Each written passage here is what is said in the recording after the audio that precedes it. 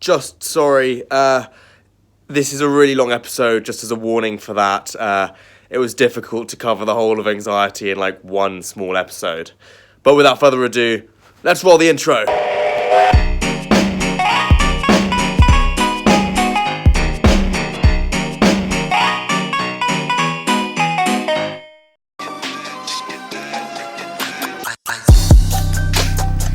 Completely forgot to pick up the camera and start vlogging. I got halfway to training, I was like, fuck, excuse my French.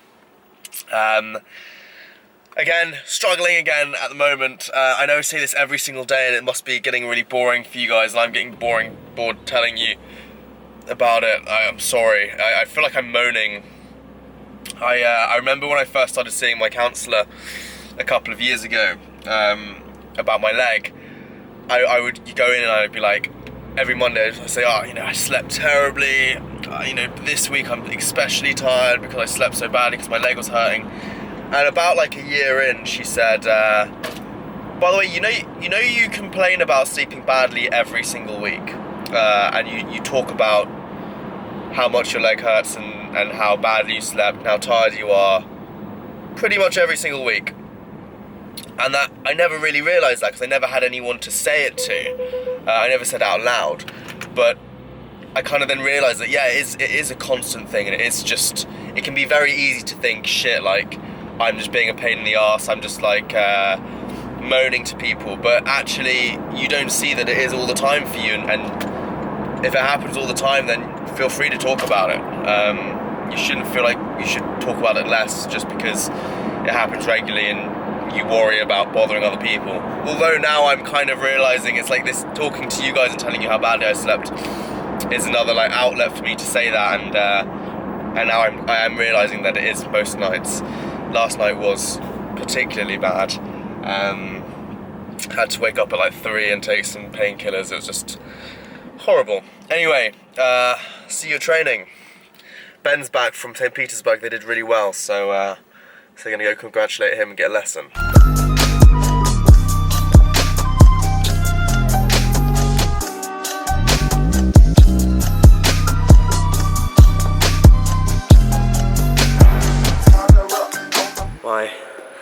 My whole body hurts a bit. My whole back hurts from sleeping a bit shit.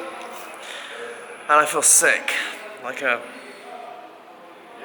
you feel like there's just like food or something in your stomach and you just feel bleh. I'm hoping that I feel better after training. Usually that's the case, or I just feel a lot worse. I'll let you know.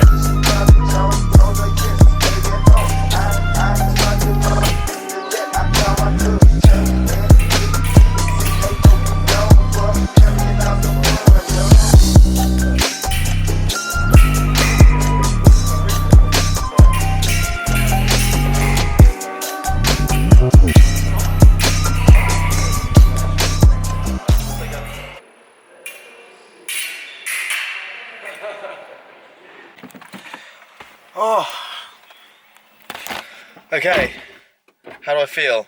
Tired. Less than I did before. Leg hurting. Slightly less than I did before. Mood. Slightly better than I did before. I'm still feeling sick though. It was nice chatting to my coach. He's sort of like, over the past like year and a half, he's been more than like a coach. He's like a good friend of mine, and also a bit more like of a mentor. Like he doesn't just teach me how to fence, but he gives me advice on like, every other aspect of the sport and of life and like, relationships and this and that, like anything that is troubling me. So, I was just like, my leg's not feeling very good and not sleeping, and, my sister's moving to Canada, which is something that is, been on my mind, and it's just like a bit of a shitty time at the moment. And like, we're just talking about that a bit. So it was nice to get something off my chest. As well, I didn't have counselling this week because we had bank holiday Monday. But yeah, I'm feeling a little bit better. But I want to talk about today is anxiety. It's something that a couple of people have mentioned to me, and also something that is quite prominent in my life. And I think can really arise sometimes out of this kind of stuff where you maybe have chronic pain. I know mine sometimes comes and stems from my chronic pain, and I want to talk about that a little bit today.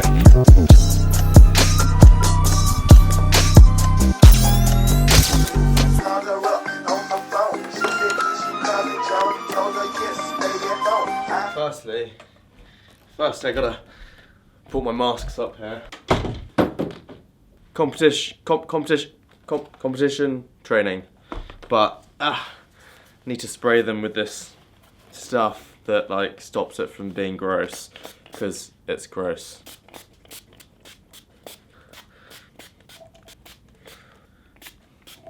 Okay, cool. Two things. First thing, really quick thing. Look, I got these little fluffy microphone things, so I can put them on this, and hopefully the wind noise now in all my videos will be deleted. Okay, that was the first thing. Second thing, yeah, I wanted to talk a little bit more about anxiety. It's something that is difficult to talk about, and it can come from so many different things, and it can often leave you feeling quite panicked and sometimes a little bit alone.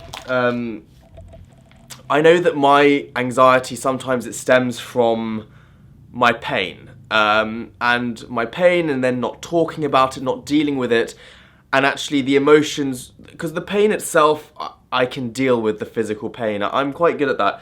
What I find really draining is that over the course of like a month or a couple of weeks, when I'm in a lot of pain like I am now, it's more the emotional toll that it's taking on me. Because it's honestly quite exhausting, like emotionally, being in pain all the time. And you know, like I went out for my friend's birthday this weekend, and I was sat in the bar, and I was like, my leg hurts so badly, and it's all I could really think about. And then I was thinking, do I look like I'm in pain? Do I look like I'm being antisocial? Maybe I need to be more social, but then it hurt more, and I was awkward and constantly looking out for make sure people didn't bump into my leg and making sure I didn't look awkward, and that's just one example. Again, if you're in pain, if you are suffering, you shouldn't have to do those things. This is just something that I kind of do, which is a very bad habit. The physical pain I can deal with. I'm good at dealing with physical pain.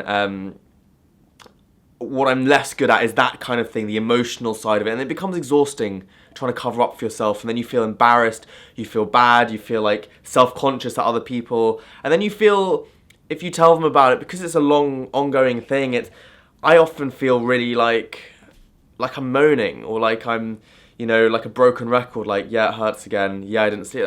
Every morning I go down and my family asks me how I slept, I'm like, badly. But there's only so much that they can say, and so much sympathy or love that they can give you before it's like, this happens every day.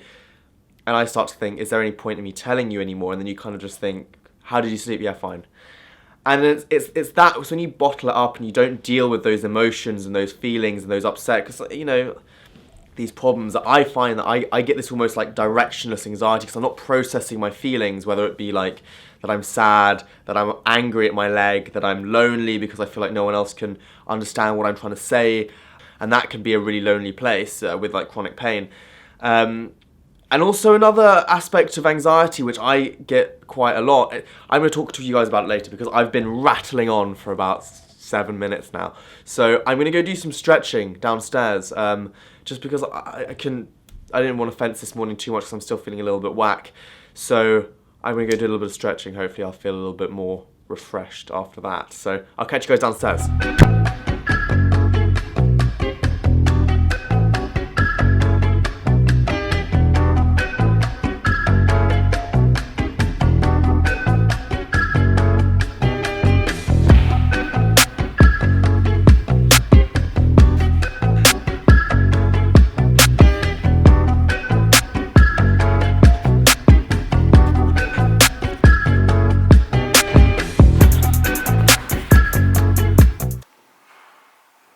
I don't know if you guys can hear me, I can hardly even see the screen because of all the fluffy bits. But what I want to talk about a little bit more is anxiety not caused by a thing, like, you know, pain in a leg or an event. More so anxiety, which I think is a little bit more common, in that it's when you look to the future about something, like an exam that's coming up, or an event, like a World Cup, or you're nervous about doing a public speaking event, or a date you're going on, Or for me, a really, really big one is actually being average. And I worry about how I'm going to be successful in life and how I'm going to make something of myself and how I can create something and do something with my life and not be a failure. Like that's something that gives me massive anxiety. And that's about worrying basically about the future. I can't control that. I can't control any of that. And I guess worrying about an exam, they're things that haven't happened yet that you can't control.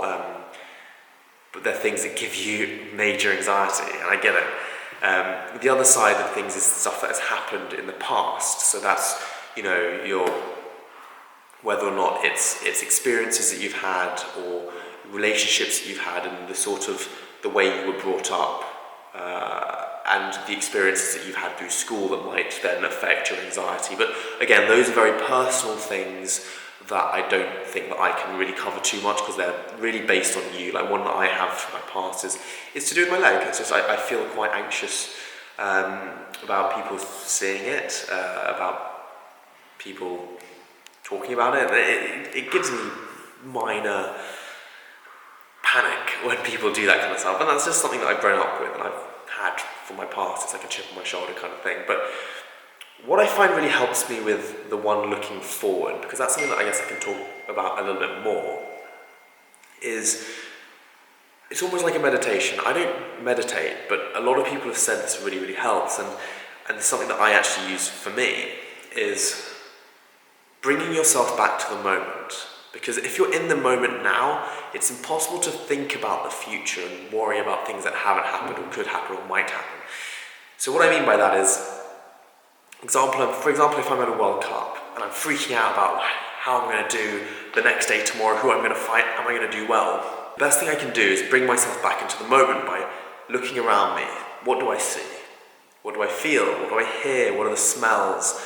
Where am I sat? How do I feel? Can I hear my heartbeat? Am I breathing fast? Am I breathing enough? Can I control my breathing? And by bringing myself back into the room, back into the moment and back into my senses and really feeling what's around me in that second, it helps me then not think about what's going to happen or what might happen in the future, because it's impossible that I can't think about all of this stuff and then also be worried. It takes my mind completely away from that. And I think that I'm quite lucky in the sense that I'm almost like stupid enough to be able to switch my brain off sometimes. I know a lot of people, my cousins are some of the most intelligent people I know, but because they're so smart, their mind runs away with them and they sometimes get really anxious about loads of things. Like, oh, what if this happens? What if that happens? What if that could happen? That would be really bad. I'm like, just don't think about it, just do it. And sometimes it's about just switching your mind off sometimes and just doing something, or just not worrying about it. Sometimes you've got to focus on the things you can control. And for example, with the World Cups, I can't control how well I do, but what I can control is turning up with the right kit, turning up, having eaten the right food and trying to get the right amount of sleep and doing my best. Like, they're the things that I can control. Everything else just happens, so there's not really much point in worrying about it. I know this sometimes doesn't fix the anxiety because it's always there, it's an involuntary thing, but yeah, it's a tough one. Like I said, with me, I try and bring myself back into the moment and try and not think too much, because that's when I get really anxious, is when I'm overthinking. But I want to talk a little bit more about the emotional side of... Sorry, I'm really coughing. The air is really dry down here. The emotional side of anxiety later today. For those of you that are extremely observant, you might see that I'm not in my car anymore. I'm in my sister's car because, as I told you, my sister's gone to Canada and she's got a bigger car than me, so I thought it'd be great for training. I'm gonna give it a go. Yeah, let's go to training.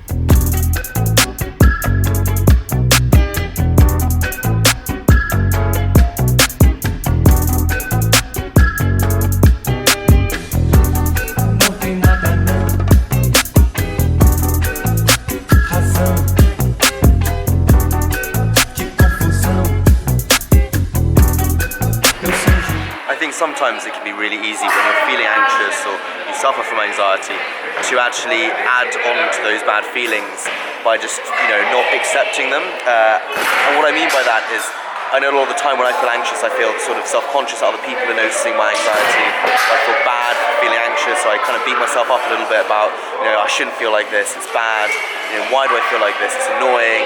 You feel a bit lonely because you're like, no one else, understands me, and being anxious and having anxiety is bad enough without you adding all those extra things on top of that.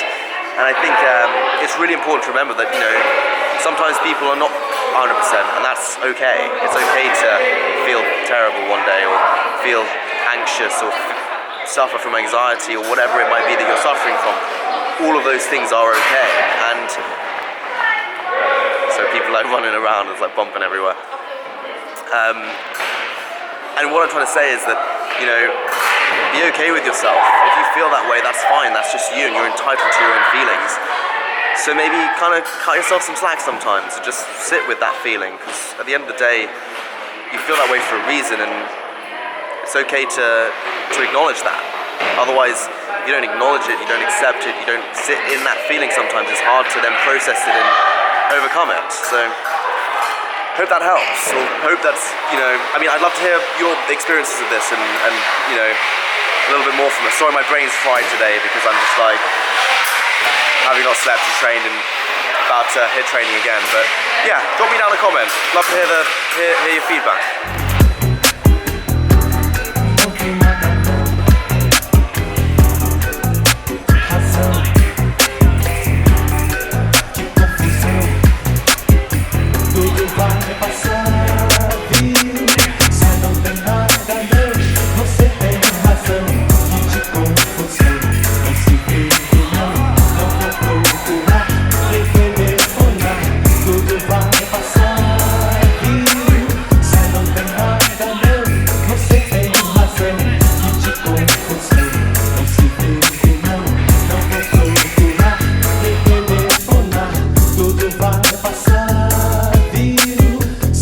Engraçado lembrar que foi você mesma que veio.